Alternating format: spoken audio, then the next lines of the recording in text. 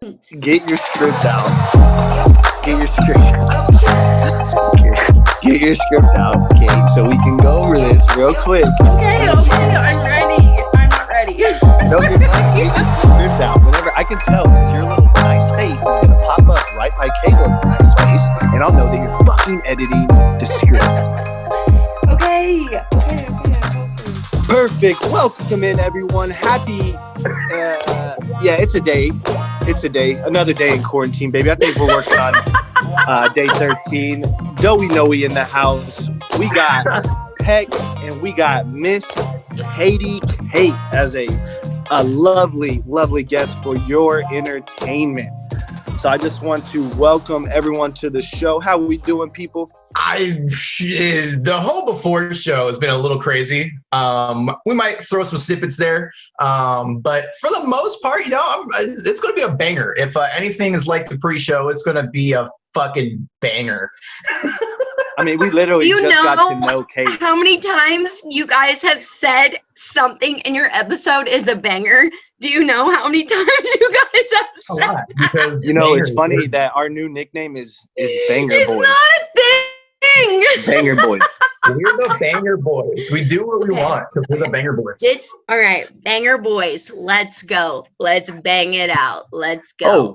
Well, as you did find out, he does have Tina. I'm a married man. Noah, what's going on today? Yes, as you introduced our lovely guest of honor, her name is Kate. That is her stage name.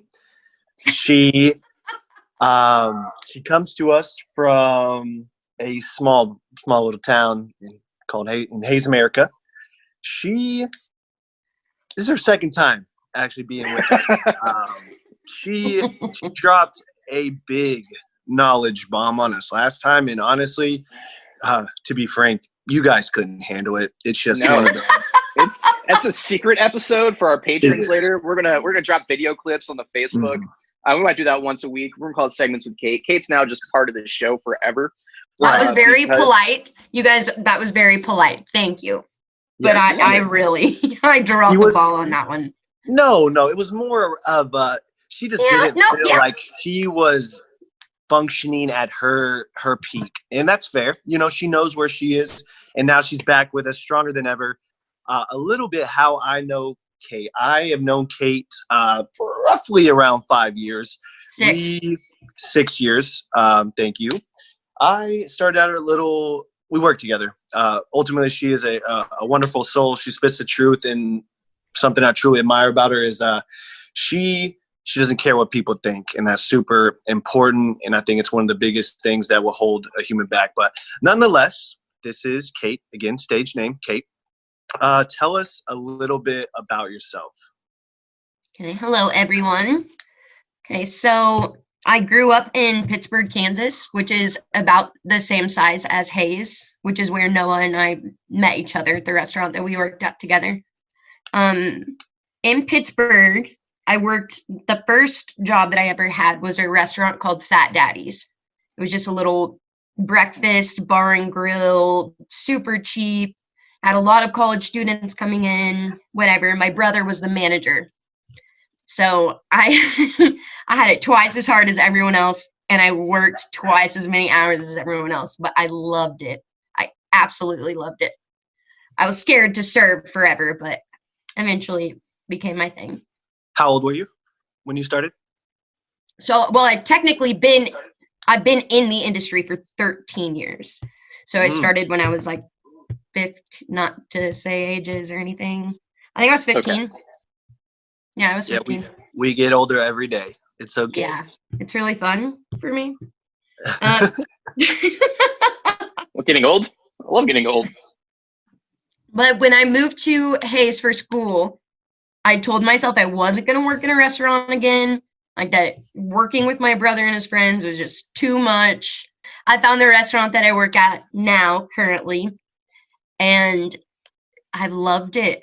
It's made me rethink the trajectory of my career path. Excellent. And I met a lot of really incredible people there. That's how I gained access for my internship opportunity at the downtown Kansas City Marriott. Uh-huh. which is awesome. How is that?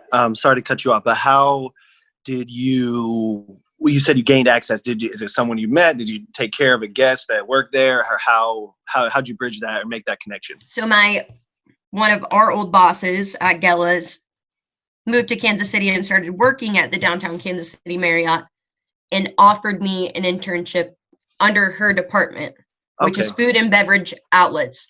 So anything that you can consume, drink, eat, the medicine, anything, that's what our department is in control of. And I say ours because I've made a verbal contract agreement or whatever to go as soon as I graduate.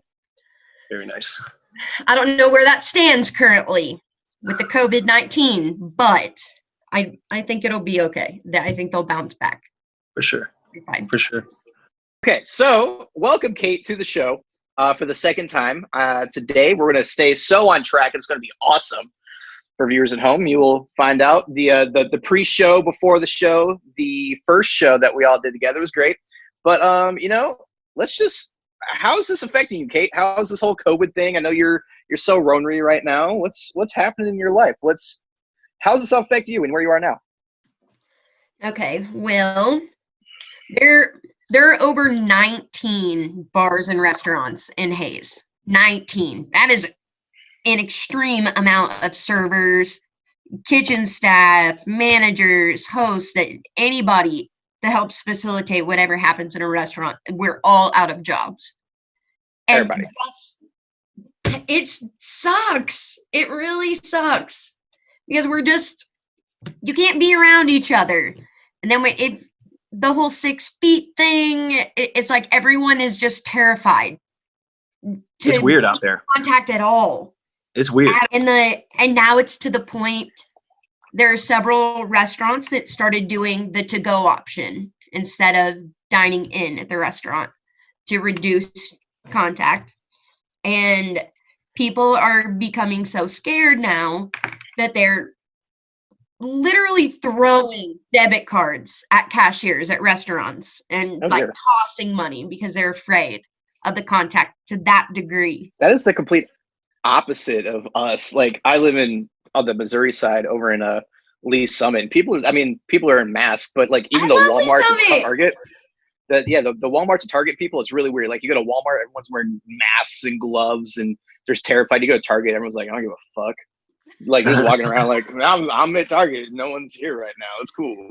So oh my God. It's weird. You get that small town just terror, that's yes. A good friend of mine manages at the Walmart in Pittsburgh. He's one of the managers, and the snaps that he puts up about most of them are hilarious, but some are him very sincerely asking people, it's like, guys, please just be nice to all of these people that have to work right now.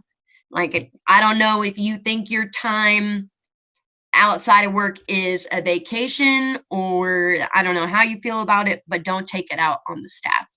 So I guess people are being pretty awful to I don't Walmart hate the staff. I admire the staff. I fucking hate the people I'm having to come into contact with. And it is a weird. I went to Sam's yesterday, and for some reason we have to travel as a posse. It's like all of us or none of us. You mean your family? Yes. Yes.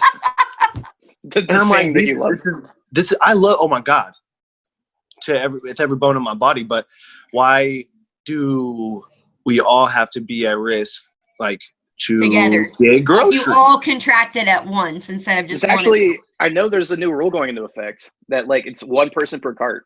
Like, you can't even go in as a family anymore. Good. Thank you. I love you, wife, but saw the easy one for me, But it was scary. It was weird. I wouldn't have a mask. I wrapped a yellow T-shirt around and put a hood on, had a ball cap down. Probably gave it away. That is a thing. I was carrying Nova in a hiker's backpack. I think it's so funny you guys have that.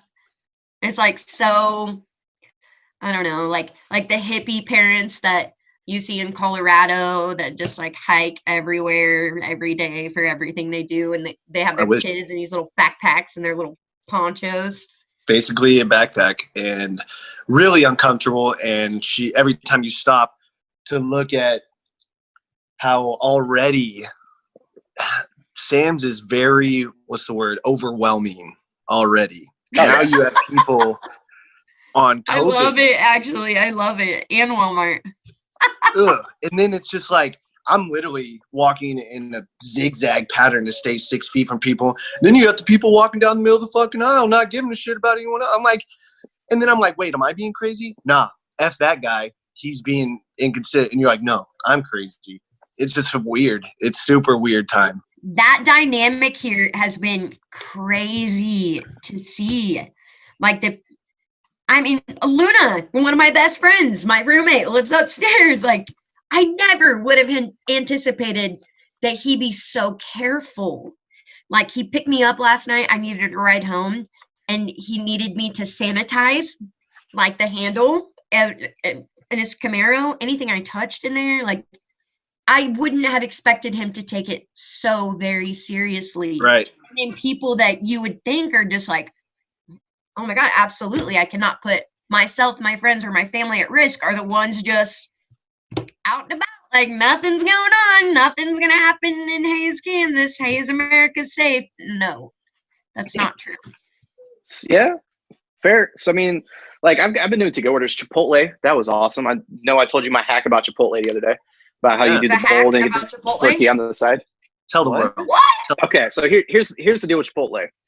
If you get the burrito bowl and you get more stuff in the bowl than you get in the burrito, then you get a tortilla on the side, you get a way bigger burrito. You get a way bigger burrito. It's awesome. But is the tortilla big enough for everything that's in the bowl?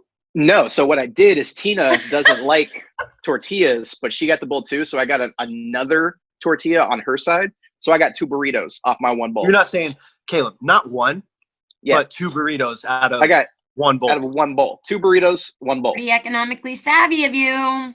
Oh, I know. Fiscally responsible. So can't say I'm having that look.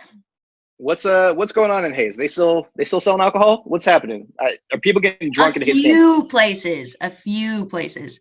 So, I mean, everybody kind of started to teeter down at once. A majority of the restaurants, there are a lot of privately owned, like, they're not chains. They're like, we have an Old Chicago, we have an Applebee's, we have corporate restaurants that all kind of in sync stopped letting people dine in, started doing to-goes, and then stopped doing that altogether also. But the privately owned restaurants kind of did their own thing for a little while. Like, there are a couple places that shouldn't have been open as long as they were.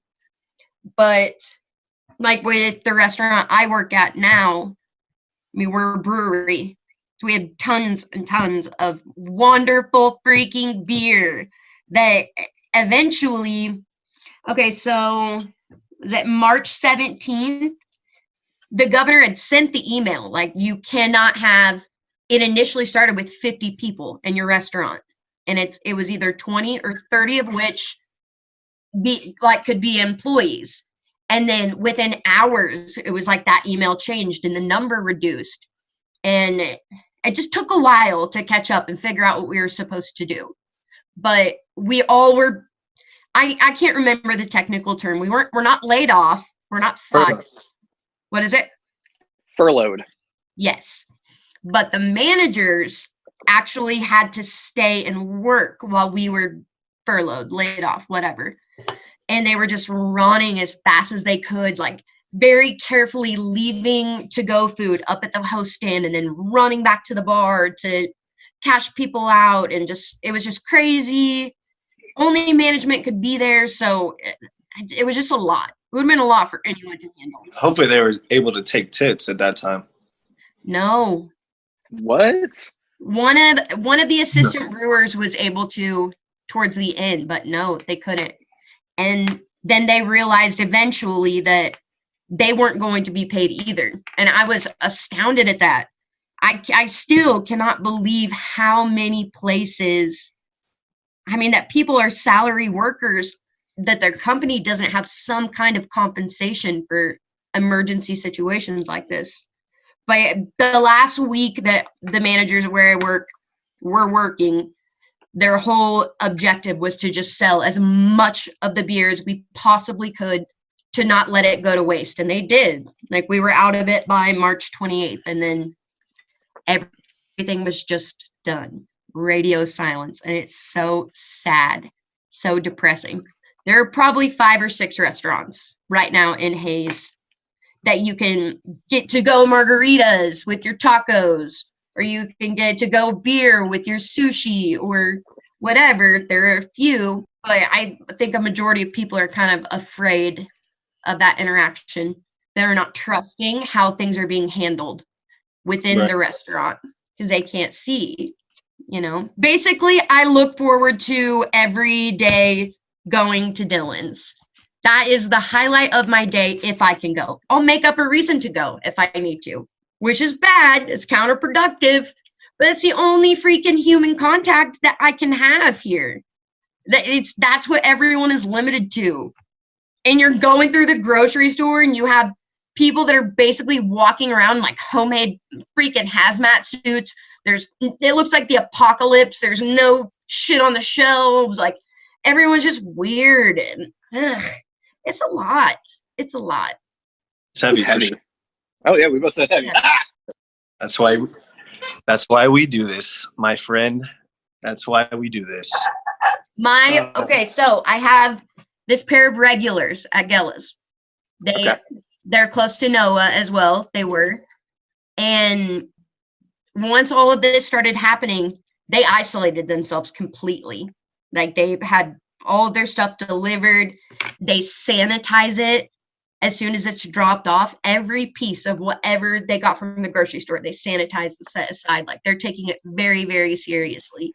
But that's the way to do it, though. Like, you have all these people that are like going in with gloves places, and then they like grab things, they touch their face. I'm like, you're not doing anything with these gloves. Like, if you're going to do it right, you know? I mean, it's the same health code in a restaurant.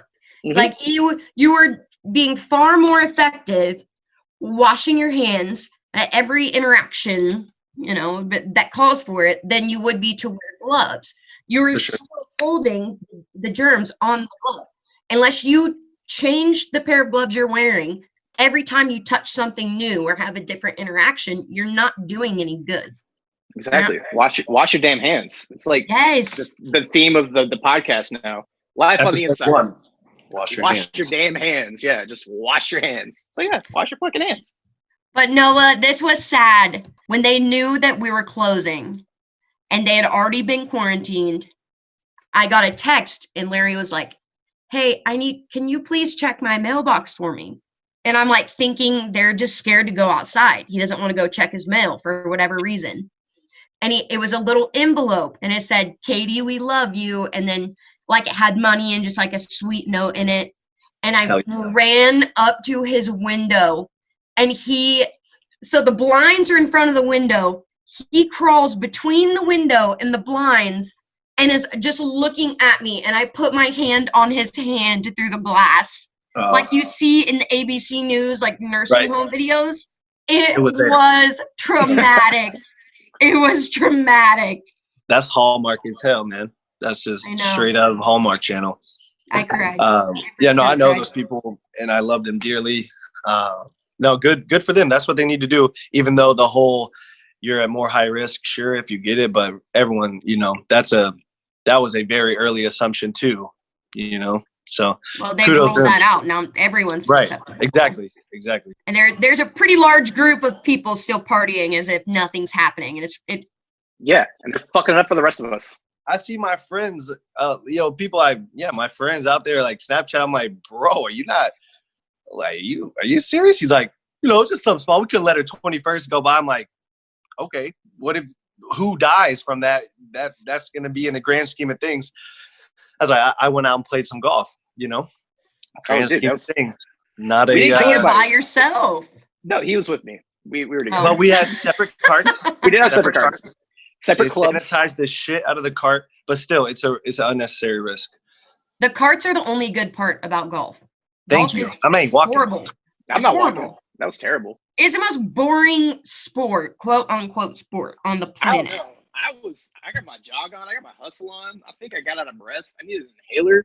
That was a workout. He's like, I didn't know. Give me some albuterol.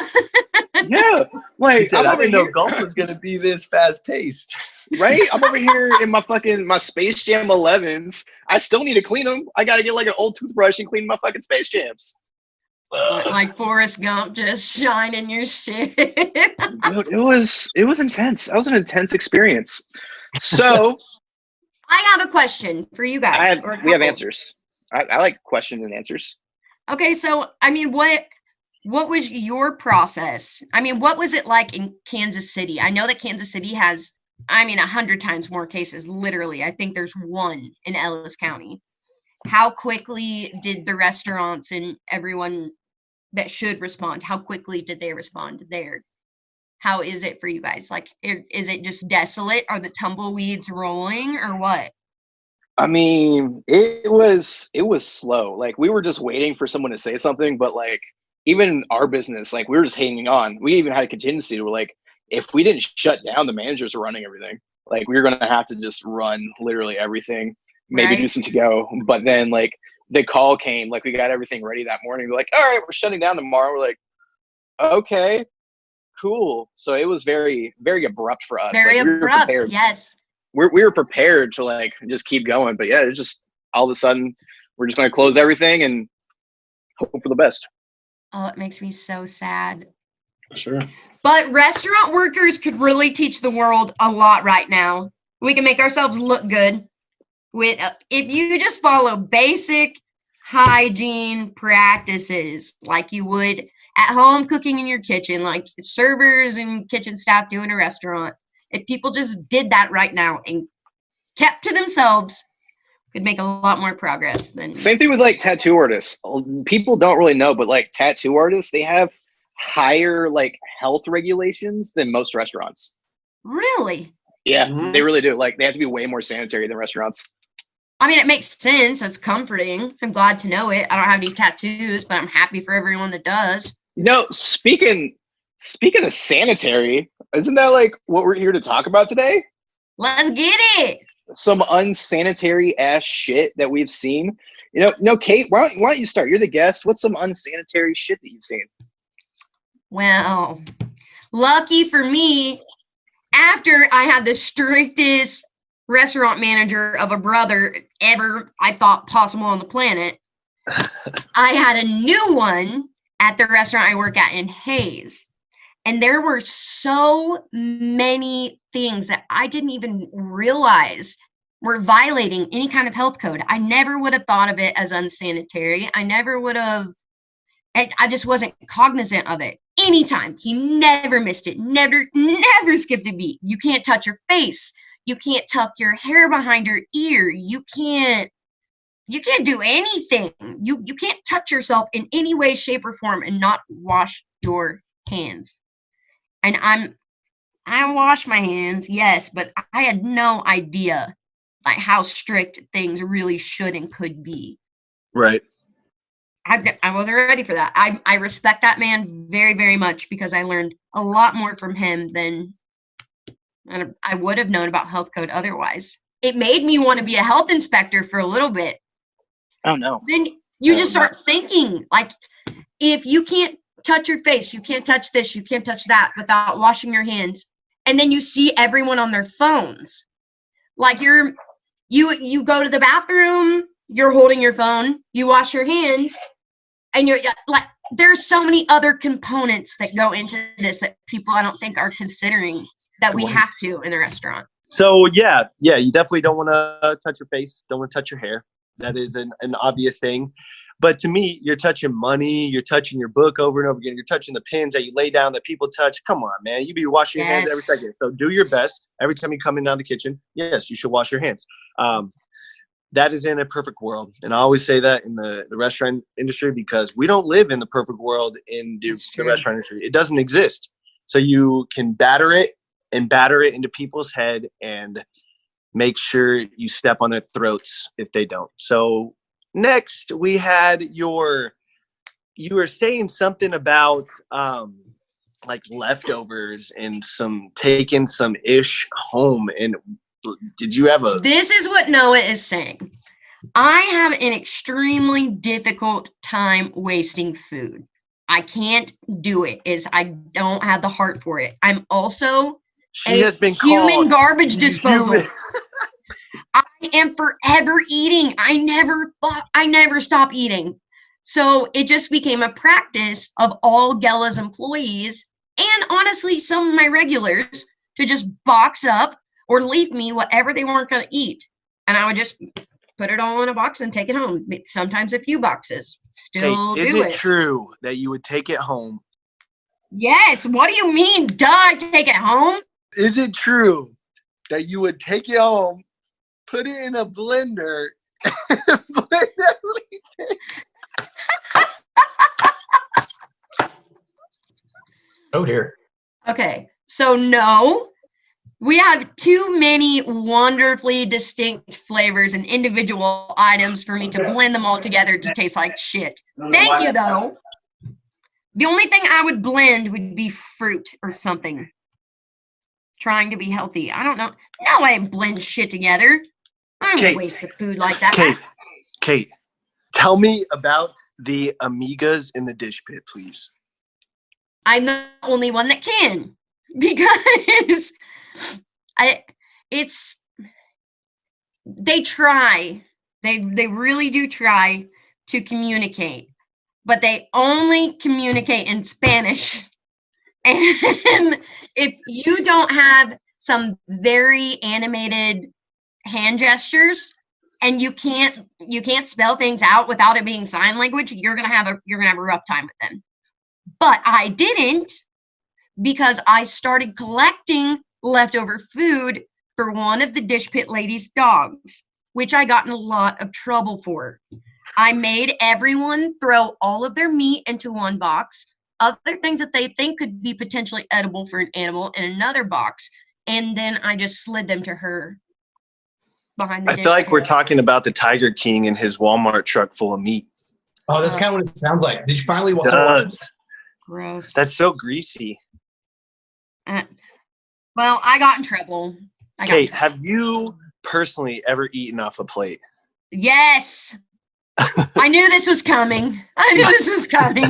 But not a like someone you knew. I mean a random. Yes. That's not sanitary, folks. That's unsanitary. There is a reason that I know more about health code than anyone else at the restaurant I work at right now. There is a reason. Because you broke all of them. Yes, of course. Of course I did. It's like at Walmart, you want asset protection to be somebody that used to steal shit. You need to be able to identify that person. Like, if you steal, you know what they're doing. You did it. I'm now that person for health code. Okay. I mean, it's not the worst things I've heard. I mean, we did some messed up, not really messed up. I mean, a couple gross things people would say, like in my first cooking job. Really? Yeah. You know, one day we had a nice little special. We were doing a little fried chicken special, you know, getting ready for the night in between shifts, prepping it up. And our head chef at the time, she tripped, dropped all the chicken on the floor, all of it. No! Flour, chicken, eggs, all over the floor. And collectively, we all just looked at it, we're like, can we eat that?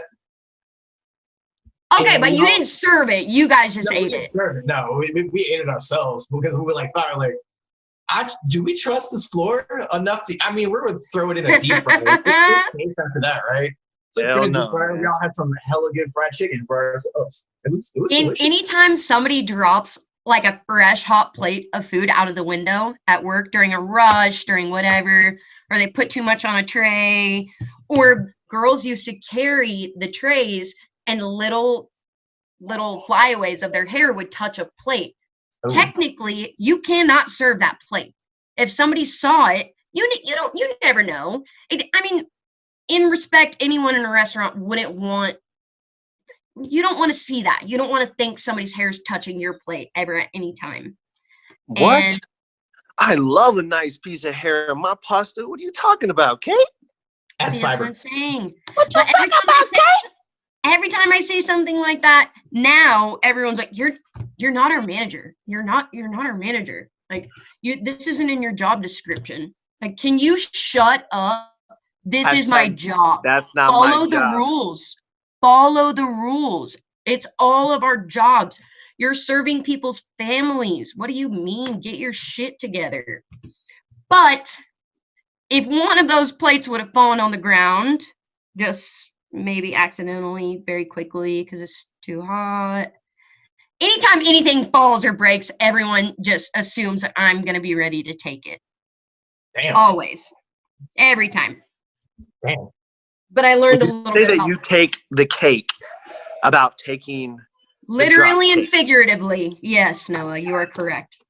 But my first serving gig, the vatos in the back they actually were very angry with me for a long time because I wasn't saving the scraps of the meat.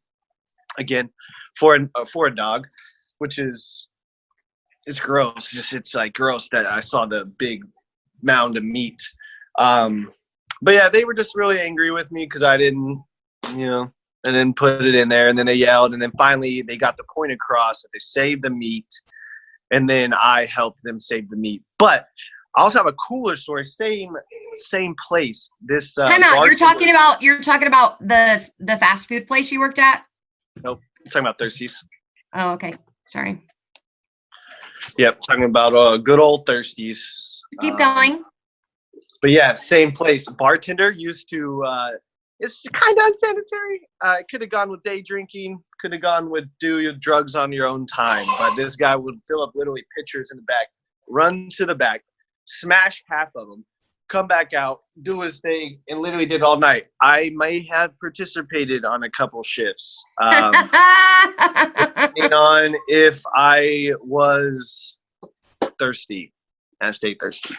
But hit us with another literal and figurative. I like it, Noah. I like where you're going today. He actually let out a live alligator in Big Creek. What? Yep, that's a true thing. Just for shits and giggles? Unsanitary thing. My most unsanitary thing when I worked at Casa Bonita in Denver, I used to keep this open. Go get her. He's talking to both his wife and daughter. In case anyone's wondering. Keep going, sister. I used to keep sopapillas in my apron pocket, and I would eat them throughout my shift. Thank you, wife. I did that with cookies at Marriott. You needed the quick carbs. I shouldn't say that. You needed the quick carbs. I don't blame her. That's a big place. It is a very big place. And she was in charge of washing all of the divers' Speedos as well. So she always was in the bottom, had to work to the top. Ew. Yeah, Ew. It was tough.